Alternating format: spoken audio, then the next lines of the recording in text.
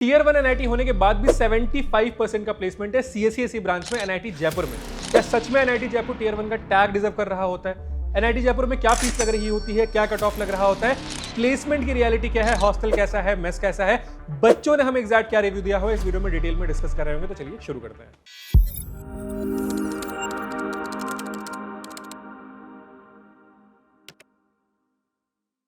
MNIT Jaipur की बात कर रहे होंगे तो हम एनआईटी जयपुर के नाम से भी जानते हैं। कैंपस एरिया की बात कर रहे होंगे तो 317 एकड़ में तुम्हारा ये कॉलेज फैला हुआ है, यानी कि काफी बड़ा हमारा यहाँ पे कैंपस हमें देखने को मिल जा रहा होता है। एस्टैब्लिशमेंट ईयर की बात कर रहे होंगे तो 1963 का तुम्हारा एस्टैब्लिशमेंट, यानी कि ऑलमोस्ट 62 ईयर्स हो चुके हैं इस कॉलेज को एस्टैब्लिश हुए।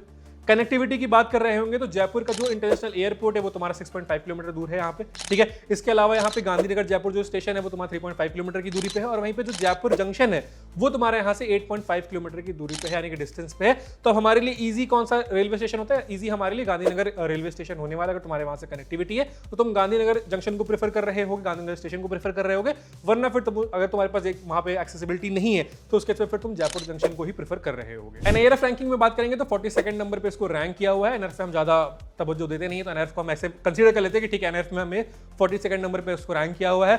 एडमिशन प्रोसेस की बात कर रहे होंगे तो एडमिशन प्रोसेस हमारा क्या है, हम जेईई मेन का एग्जाम दे रहे होंगे, इसके बाद फिर हमारी जोसा की काउंसलिंग होती है, सीसैट की काउंसलिंग होती है, उसके थ्रू हम यहाँ पे अलॉटमेंट आ जा रहा होता है। जो राजस्थान वाले बच्चे हैं उनके लिए होम स्टेट कोटा यहाँ पे लग जा रहा होगा, और जो बाकी अदर स्टेट के बच्चे हैं वो अदर स्टेट कोटा में आ रहे होंगे। फीस स्ट्रक्चर की बात कर रहे होंगे तो यहाँ पे देखो, फीस स्ट्रक्चर अगर ओवरऑल में बात करूंगा तुम्हारी फैमिली इनकम 5 लाख से ज्यादा है तो उस केस में तुम्हारी जो टोटल फीस लग रही होगी वो पर ईयर 2 लाख के अराउंड लग रही होगी, जिसमें हॉस्टल चार्जेस या फिर मेस चार्जेस इंक्लूडेड नहीं है।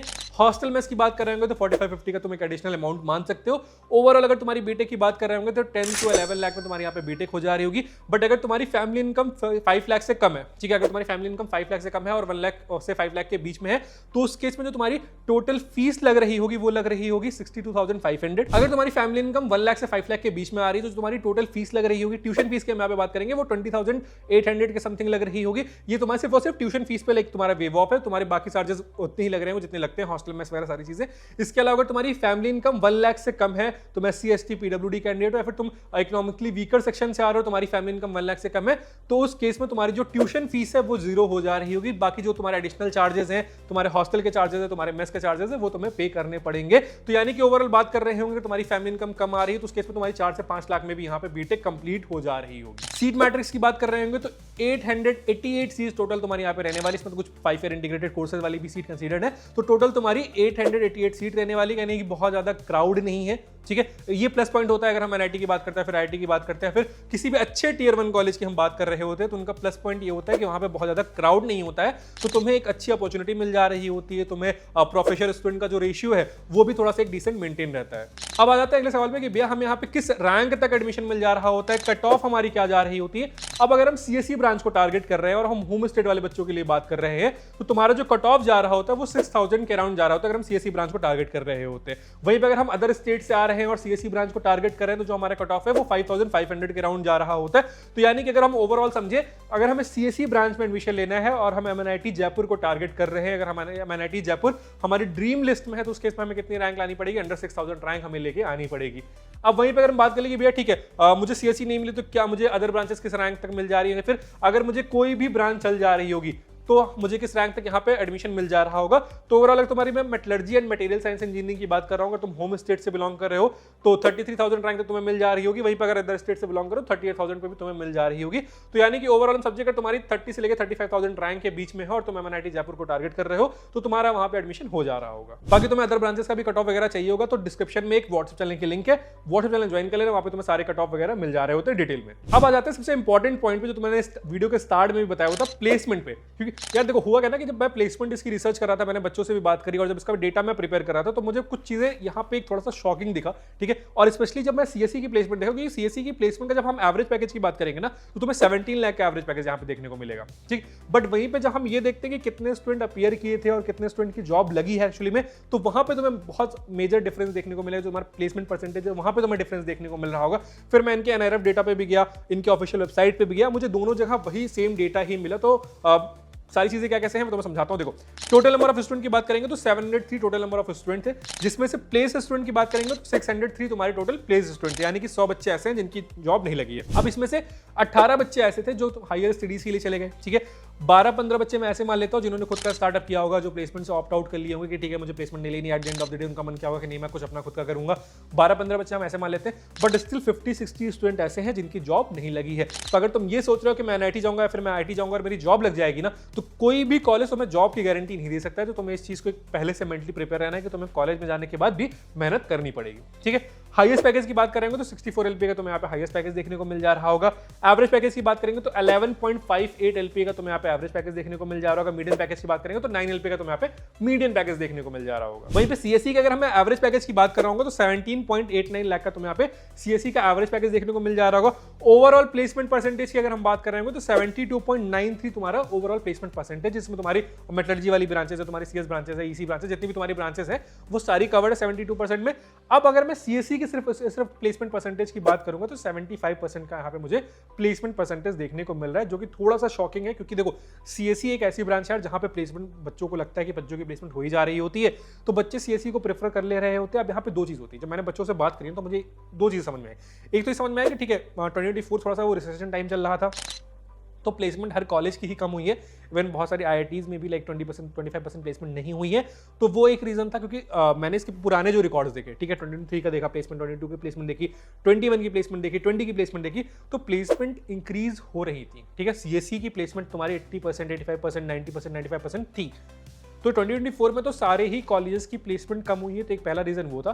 दूसरा रीजन ये था कि बहुत सारे बच्चे सीएससी को लेके आ तो जाते हैं, बट सीएससी में उनका इंटरेस्ट नहीं बिल्ड हो पाता है, 4 साल वो फिगर आउट नहीं कर पाते कि मुझे करना क्या है, और फिर at the end of the day उनकी जॉब नहीं लग रही होती है। तो ये दो रीजन मेन बच्चों ने बताया कि एक रिसेशन वाला रीजन था कि कंपनीज कम आई हुई थी, दूसरा ये रीजन था कि काफी सारे बच्चे ऐसे थे जिनको सीएससी करनी नहीं थी, ठीक है, उन्होंने सीएससी ऑप्ट कर लिया, बट फिर उन्हें बाद में समझ में आया कि मैं यहाँ पे सीएससी नहीं कर रहा हूँ। तो प्लेसमेंट का तुम्हारा ये टोटल सिनेरियो रहने वाला है। अब मैं बोलूंगा कि अगर तुम टॉप ब्रांचेस सीएससी, ईसी ये वाली ब्रांचेस में जा रहे हो तो तुम एडमिशन को देख सकते हो, और तुम मेटलर्जी वगैरह ऐसी ब्रांचेस में जा रहे हो तो प्लेसमेंट तुम्हारी हो जा रही होगी, बट वो तुम 17-18 लाख वाला पैकेज फिर वहां पे मत एक्सपेक्ट करना। तुम वो 5-6-7 वाला जो स्टार्टिंग पैकेज होता है ना वही एक्सपेक्ट करना, क्योंकि देखो वही स्टार्टिंग मेटलर्जी जैसे जो ब्रांचेस है ना, फिर बायोटेक जैसी जो ब्रांचेस है, या फिर केमिकल जैसी जो ब्रांचेस है, अगर इसमें आप किसी भी एनआईटी में जा रहे हो, किसी भी आईआईटी में जा रहे हो, तो तुम्हारा स्टार्टिंग पैकेज होता है वो 6-7-8 वाला ही रहने वाला है। तो तुम बहुत ऐसे हाई नंबर लेके मत जाना। कंपनीज आती हैं, कंपनीज पैकेजेस देती हैं, बट वो है कि सिर्फ वो 1-2 बच्चों को ही मिल रहा होता है। सेम चीज सीएससी में भी है कि सीएससी में 15 लाख प्लस का तुम्हें पैकेज बहुत सारी कंपनीज दे रही होंगी, बट वही कि तुम्हारी अगर स्किल सेट नहीं है तो तुम जो है अनपेज रह जा रहे होगे, और स्किल सेट अच्छी है तो तुम अच्छी प्लेसमेंट ग्रैब कर ले रहे हो। डीशा हो गया, तुम्हारा गूगल हो गया, अमेजॉन हो गया, माइक्रोसॉफ्ट हो गया, ये सारी जो कंपनीज है यहाँ पे हायरिंग के लिए आ रही होती है। अब बात कर लेते हैं भैया कॉलेज लाइफ कैसी है, फेस्ट हो रहे होते हैं, क्लब्स है नहीं है, क्या सारी चीजें हैं। तो देखो कॉलेज लाइफ ओवरऑल जो बच्चों से मुझे रिव्यू मिला है वो ये है कि एवरेज कॉलेज लाइफ है, ठीक है। मतलब ये कह सकते हो कि ठीक है एकेडमिक्स पे थोड़ा सा ज्यादा फोकस है, और जो एक्स्ट्रा करिकुलर वाली चीजें हैं कि फेस्ट बहुत ज्यादा नहीं हो रहे होते हैं, फेस्ट हो रहे होते हैं, तुम्हारा 3 दिन का 4 दिन का फेस्ट हो रहा होता है, उसमें कल्चरल नाइट भी होती है, डीजे नाइट भी हो रही होती है, तो वो सारी चीजें हैं, बट एकेडमिक्स में थोड़ा सा ज्यादा फोकस रहता है एज कम्पेयर जो अदर एनआईटीज हम देखते हैं। तो उसमें तुम्हारे यहाँ पे थोड़ा सा एक नेगेटिव पॉइंट ये है, ठीक है। बट ओवरऑल तुम्हारी कैंपस लाइफ बढ़िया है। तुम्हारे पास लाइक हॉस्टल्स वगैरह की बात करेंगे तो बच्चों ने बताया कि हॉस्टल्स काफी अच्छे हैं एज कम्पेयर टू जो हम जब ओल्ड एनआईटीज की बात कर रहे होते हैं। जैसे मैं अभी एनआईटी इलाहाबाद के बच्चों से बात कर रहा था, तो वहां पे मुझे क्या रिव्यू मिला था कि हॉस्टल्स उनके कॉम्प्रोमाइज थोड़े से, हॉस्टल का इंफ्रास्ट्रक्चर उतना अच्छा नहीं है, बट यहाँ पे मुझे बच्चों ने बताया कि 11-12 हॉस्टल्स है, और सारे ही जो हॉस्टल्स है तुम्हारे अच्छे हैं, वेल मेंटेन्ड है। इवन जो गर्ल्स के हॉस्टल्स है वो भी वेल मेंटेन्ड है, तो वो एक तुम्हारे यहाँ पे इसके साथ प्लस पॉइंट है कि हॉस्टल तुम अच्छे मिल जा रहे होंगे। मेस फूड की बात की तो बच्चों ने बताया कि मेस फूड यहाँ पे थोड़ा सा एवरेज है, ठीक है। और ये हर इंजीनियरिंग कॉलेज के साथ होता है कि हॉस्टल का खाना तुम्हारा एवरेज होता है। तुम स्टार्टिंग में जाते हो, तुम्हें बहुत अच्छा खाना लगता है, तुम भर पेट खाना खाते हो, फिर उसका होता क्या है कि धीरे धीरे तुम्हें वो खाना या तो ये हो जाता है कि बहुत बोरियत लगने लगती है, फिर हॉस्टल मेस वाले थोड़े से कॉम्प्रोमाइज करने भी लगते हैं खाने में, तो तुम्हारा एक थोड़ा सा दिक्कत है। बाकी नॉनवेज वालों के लिए एक थोड़ा सा यहाँ पे नेगेटिव वो है कि यहाँ पे नॉनवेज नहीं मिल रहा होता, सिर्फ एक मिल रहा होता है वीक में 1 दिन। तो ये मुझे बच्चों ने बताया है। अब अगर तुम एनआईटी जयपुर में पढ़ रहे हो और तुम्हें लग रहा है कि नॉनवेज वगैरह मिलता है, तो तुम कमेंट सेक्शन में बता देना, या फिर तुम्हारा क्या रिएक्शन है या फिर तुम्हारा क्या रिव्यू है अभी तक का, वो तुम मुझे कमेंट सेक्शन में बता सकते हो। इसके अलावा बच्चों ने बताया कि यहाँ पे तुम्हारा स्पोर्ट्स के लिए भी फैसिलिटीज अवेलेबल है, जिम्स अवेलेबल है, लाइब्रेरी काफी अच्छी है, और एक जो प्लस पॉइंट यहाँ पे था कि यहाँ का जो लेक्चर हॉल है उससे एशिया का सबसे बड़ा लेक्चर हॉल जो तुम्हारा कंसीडर किया जा रहा होता, तो वो यहाँ पे एक प्लस पॉइंट है। तो इंफ्रास्ट्रक्चर वाइज नो डाउट एक डिसेंट कॉलेज तुम्हारा यहाँ पे, अच्छा कॉलेज है तुम्हारा। इसके अलावा यहाँ पे हॉस्टल्स में बताया कि जो है गर्ल्स के लिए थोड़ी सी टाइमिंग का सीन है कि गर्ल्स के लिए तुम्हारा रिस्ट्रिक्शन है कि 10 बजे तुम्हारा गेट बंद हो जा रहा हो, तो तुम्हें 10 बजे तक हॉस्टल में आ जाना है। बॉयज के लिए ऐसा कोई रिस्ट्रिक्शन नहीं है, बॉयज और गर्ल्स के लिए तुम्हारा नाइट कैंटीन भी ओपन रहती है, 2-3 बजे तक तुम्हारी नाइट कैंटीन चल रही होती है बॉयज के लिए। तो तुम्हारे जो मतलब बच्चे बॉयज हॉस्टल में रहते हैं उनके लिए प्लस पॉइंट ये रहता है, ठीक है। ये मोस्टली हर कॉलेज में होता है कि गर्ल्स के लिए थोड़ा सा रिस्ट्रिक्शन होता है और बॉयज के लिए उतना रिस्ट्रिक्शन नहीं हो रहा होता है। तो ओवरऑल कॉन्स में बात कर लेंगे भैया, क्या नेगेटिव है। तो नेगेटिव देखो सिंपल मुझे जो समझ में आया कि वो 24 की जो प्लेसमेंट थी, ठीक है। अब XYZ रीजन उसमें कुछ बहुत ज्यादा गलती कॉलेज की भी नहीं है, बहुत ज्यादा गलती बच्चों की भी नहीं है, वो एक माहौल ऐसा था कि उस टाइम पे प्लेसमेंट नहीं हो पाई।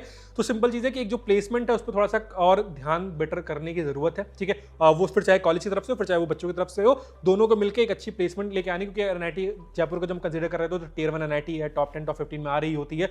तो वो एक स्टेचर मेंटेन करने के लिए आपको प्लेसमेंट अच्छी रखनी पड़ेगी, क्योंकि at the end of the day placement ROI क्या मिल रहा है यही मैटर कर रहा होता है। तो प्लेसमेंट वाइज थोड़ा सा 24 का ईयर था वो थोड़ा सा एक खराब एंड पे था, तो वो एक यहाँ पे तुम्हारे कॉन्स निकल के आ जा रहा होता है। इसके अलावा थोड़ा वेदर वगैरह का है कि जयपुर में तुम्हारा जो है गर्मी थोड़ा सा सर्वाइव करना थोड़ा सा डिफिकल्ट होता है। तो वो एक बच्चों का है कि भैया गर्मी में थोड़ा सा यहाँ पे रहना डिफिकल्ट हो जा रहा होता है। तो वो एक यहाँ पे बच्चों ने नेगेटिव चीज बताई, बाकी मैंने तुम्हें नॉनवेज वाली चीजें बता दी हैं। इसके अलावा यहाँ पे एक चीज बच्चों ने मुझे बताई कि थोड़ा सा रैगिंग बैकडोर पे हो रही होती है, मतलब कॉलेज कैंपस के अंदर नहीं हो रही थी, बट बाहर थोड़े कभी कभी अगर तुमने सीनियर से पंगे ले लिए हैं तो वहाँ पे रैगिंग वगैरह का भी थोड़ा सा सीन था। बट उसमें भी रैगिंग ऐसे कुछ बहुत वो वाली रैगिंग नहीं होती, बट ये है कि हाँ जॉब फेस्ट के लिए पैसे इकट्ठा करो, फर्स्ट ईयर के लिए पैसे इकट्ठा करो, इस तरीके के मतलब छोटे मोटे जो वो होते हैं कि मेरे लिए ये ला दो वो ला दो, ये वाले टाइप की रैगिंग हो रही होती है। मतलब मोस्टली नहीं होती है, बट कुछ अगर तुमने सीनियर से पंगे वंगे ले लिए हैं तो ये चीजें बैकडोर पे तुम्हें देखने को मिल जा रही होती है। तो ये ओवरऑल तुम्हारा NIT जयपुर का रिव्यू था।